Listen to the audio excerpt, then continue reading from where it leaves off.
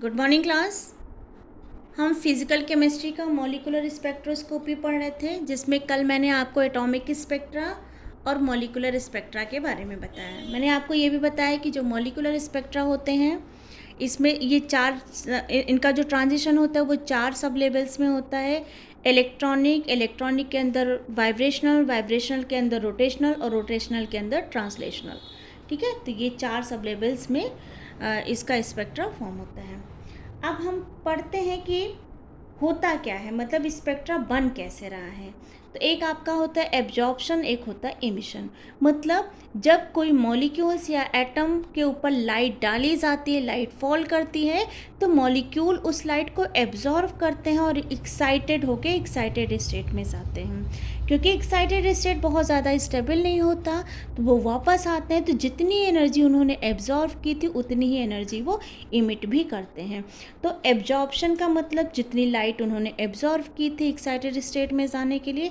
Emission का मतलब excited state से वापस ग्राउंड स्टेट आने में जो लाइट इन्होंने एब्जॉर्व की थी उसको इमिट करना। ठीक है, तो इस एब्जॉर्प्शन और एमिशन की वजह से जो एनर्जी हमको मिलती है लाइट के फॉर्म में, उसी को हम बोलते हैं स्पेक्ट्रा। क्योंकि हम इसकी स्टडी कर रहे हैं स्पेक्ट्रा की, तो उसको हम बोलेंगे स्पेक्ट्रोस्कोपी। ठीक है, अब इन एनर्जी लेवल्स पे मैंने आपको 4 एनर्जी लेवल्स बताए थे: वाइब्रेशनल, इलेक्ट्रॉनिक, वाइब्रेशनल, रोटेशनल और ट्रांसलेशनल। तो इन एनर्जी लेवल्स पे कौन सी ट्रांजिशन होगी और कौन सी ट्रांजिशन नहीं होगी, ये डिपेंड करता है सिलेक्शन रूल पे। ठीक है बेटा, मैंने यहाँ पे आपको बताया हुआ है सब एनर्जी लेवल्स। ठीक है, ये मैंने आपको इलेक्ट्रॉनिक स्पेक्ट्रा बताया है, इलेक्ट्रॉनिक सब लेवल। ये आपके 1 2 3 1 2 3 4 ये क्या है, वाइब्रेशनल सब लेवल। इसके बाद इसके वाइब्रेशनल के अंदर रोटेशनल आता है और रोटेशनल के अंदर ट्रांसलेशनल आता है। अब क्वेश्चन ये उठता है कि इन एनर्जी लेवल्स में से कौन सी ट्रांजिशन होगी और कौन सी नहीं होगी, ये डिपेंड करता है सिलेक्शन रूल पे। तो हम यहाँ से लिख सकते हैं ट्रांजिशंस जो होती हैं, ट्रांजिशंस क्या करती हैं, डिपेंड करती हैं किस पे, सिलेक्शन रूल पे।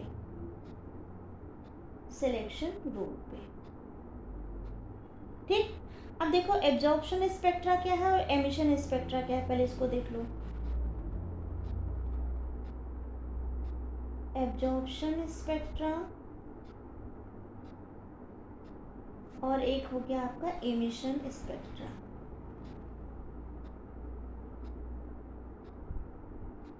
ठीक है, एब्जॉर्प्शन स्पेक्ट्रा में क्या होता है, ये आपका E1 है, इसी ये लाइट को एब्जॉर्व किया।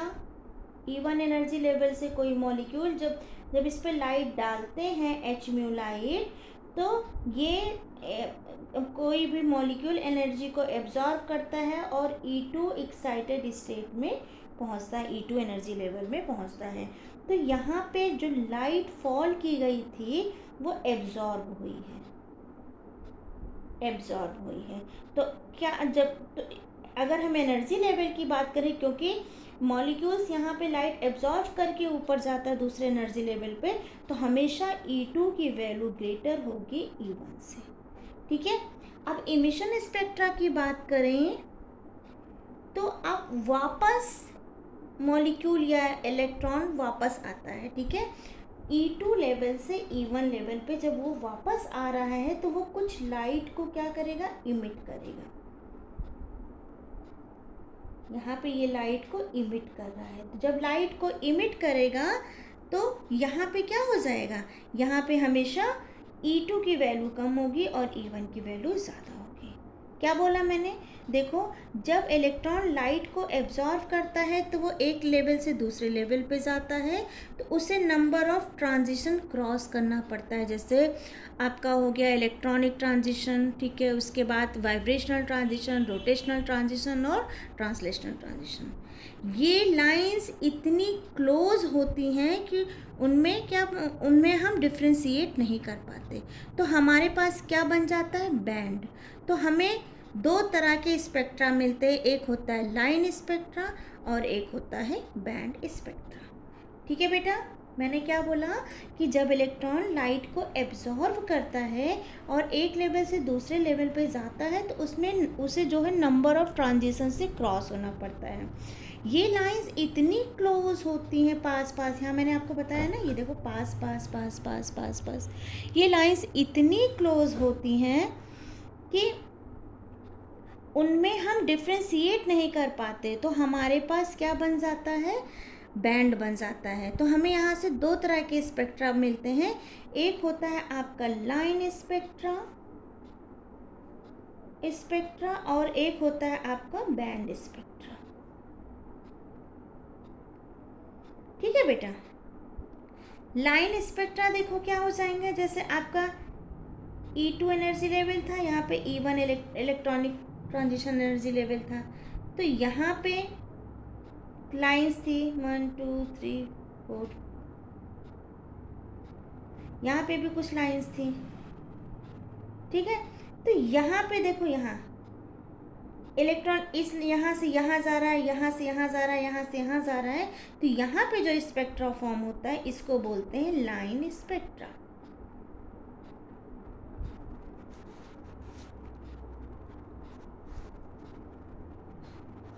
ठीक है, अब ये हमारा E2 एनर्जी लेवल है और ये हमारा E1 एनर्जी लेवल है।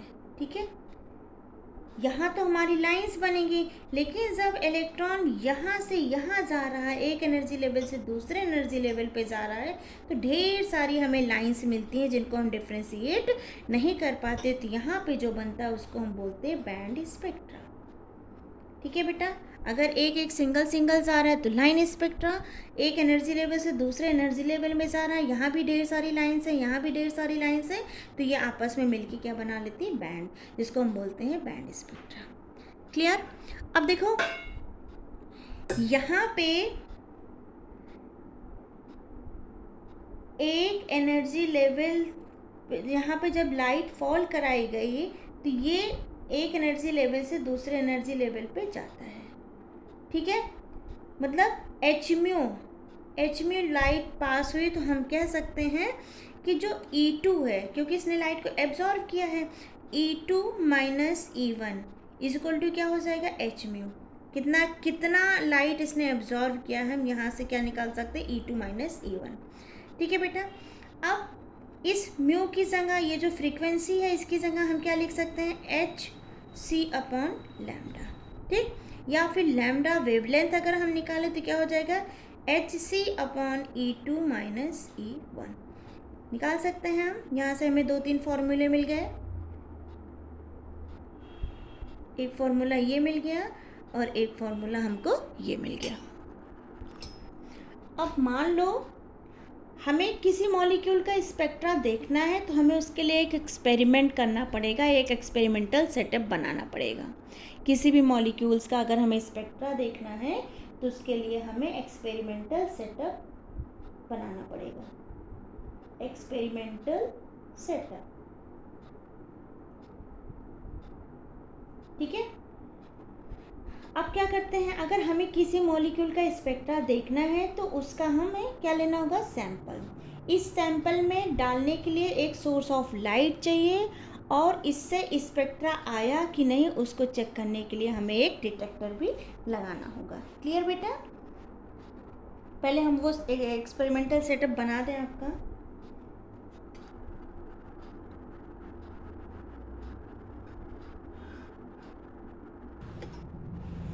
देखो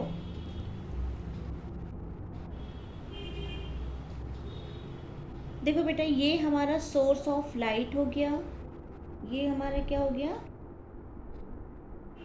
सोर्स ऑफ लाइट। ये हमारा हो गया स्लिट, ये हो गया मोनोक्रोमेटर,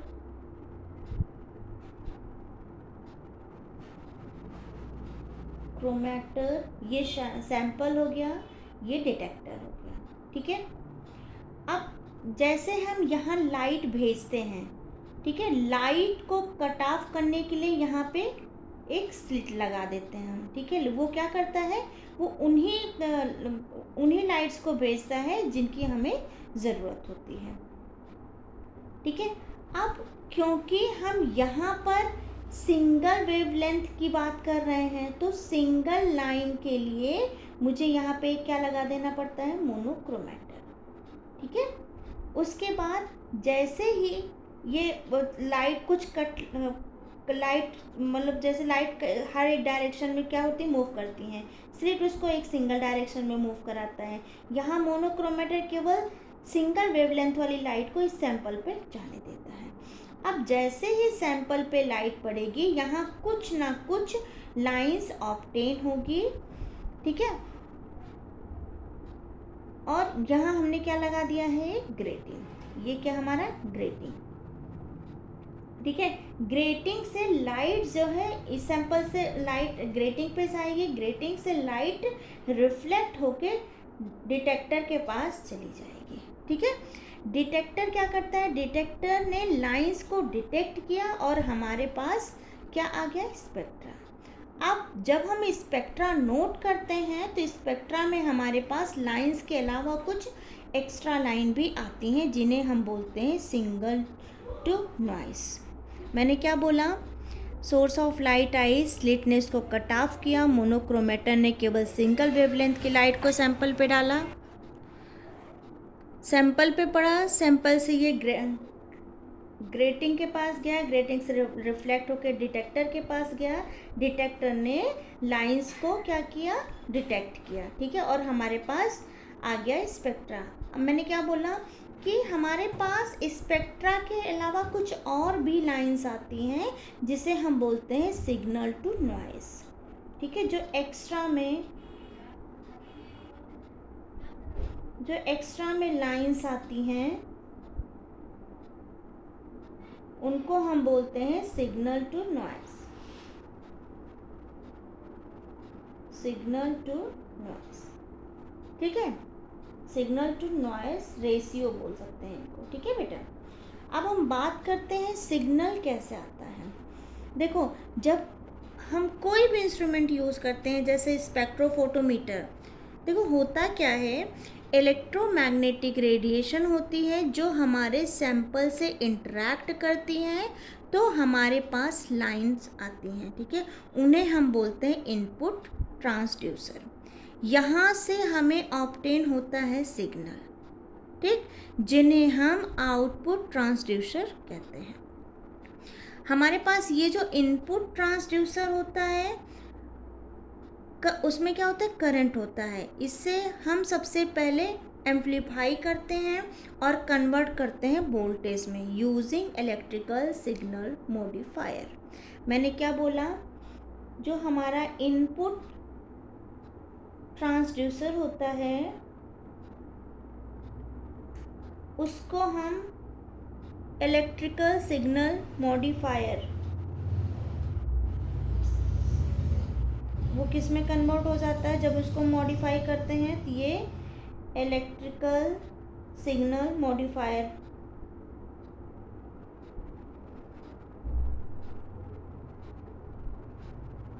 ठीक है। और यहीं से हमें क्या मिल जाता है, आउटपुट ट्रांसड्यूसर।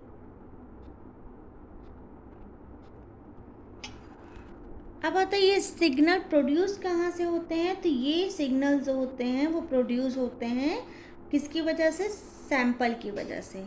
लेकिन अगर सैंपल के साथ कुछ ना कुछ इम्प्योरिटीज़ हो तो उसकी वजह से भी सिग्नल आएगा और उसे हम बोलते हैं नॉइस, ठीक है।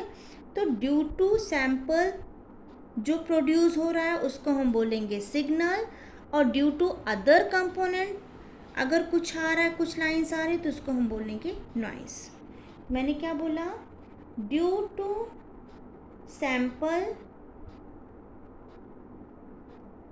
सैंपल की वजह से अगर कुछ सिग्नल प्रोड्यूस हो रहे हैं तो उसको हम बोलेंगे सिग्नल, और सैंपल के अलावा उसमें कुछ इम्प्योरिटीज़ होती हैं तो उसकी वजह से अगर कुछ लाइन्स आ रही तो उसको हम बोलते हैं नॉइस।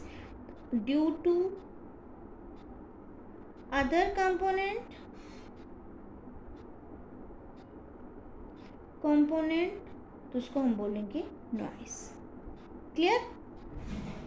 जैसे जब आप कोई वीडियो देखते हो या फिर वीडियो सुनते हो तो सिग्नल की वजह से सुनते हो, ठीक है। इसके अलावा बैकग्राउंड की भी आवाज़ होती है, उसको हम बोलते हैं noise. Noise is a unwanted signal, मतलब जिसकी हमें ज़रूरत नहीं होती।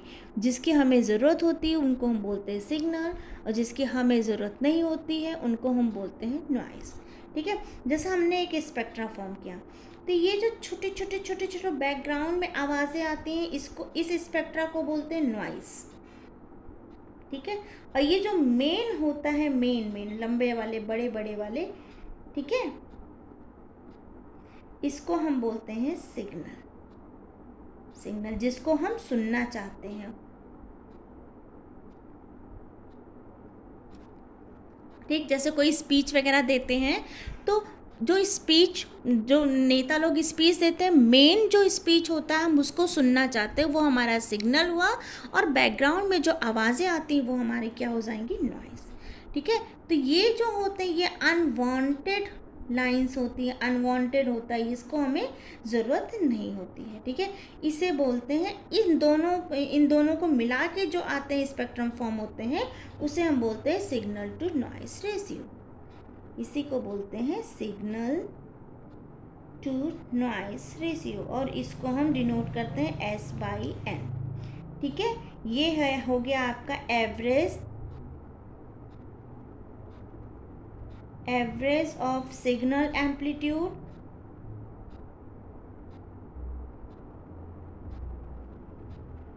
Amplitude divided by average of noise amplitude, ठीक है। Higher is S/N, more is noise reduction, ठीक है। सिग्नल को एम्पलीफाई करने की कई टेक्निक होती है। एक होता है आपका हार्डवेयर टेक्निक, इसमें क्या करते हैं, फिल्टर करते हैं और लॉक इन एम्पलीफायर, और एम्पलीफायर को लॉक करते हैं। दूसरी टेक्निक होती है सॉफ्टवेयर टेक्निक, सबसे ज़्यादा यूज़ होने वाली टेक्निक होती है जिसको हम बोलते हैं फोरियर ट्रांसफॉर्मेशन। तो आई होप आपको ये समझ में आया होगा कि सिग्नल टू नॉइस क्या होते हैं। सिग्नल टू नॉइस ये बहुत छोटा सा टॉपिक है BSc थर्ड ईयर में। आई होप आपको ये लेक्चर समझ में आया होगा। अब इसके आगे का लेक्चर मैं अपने नेक्स्ट लेक्चर में डालूँगी। Thank you.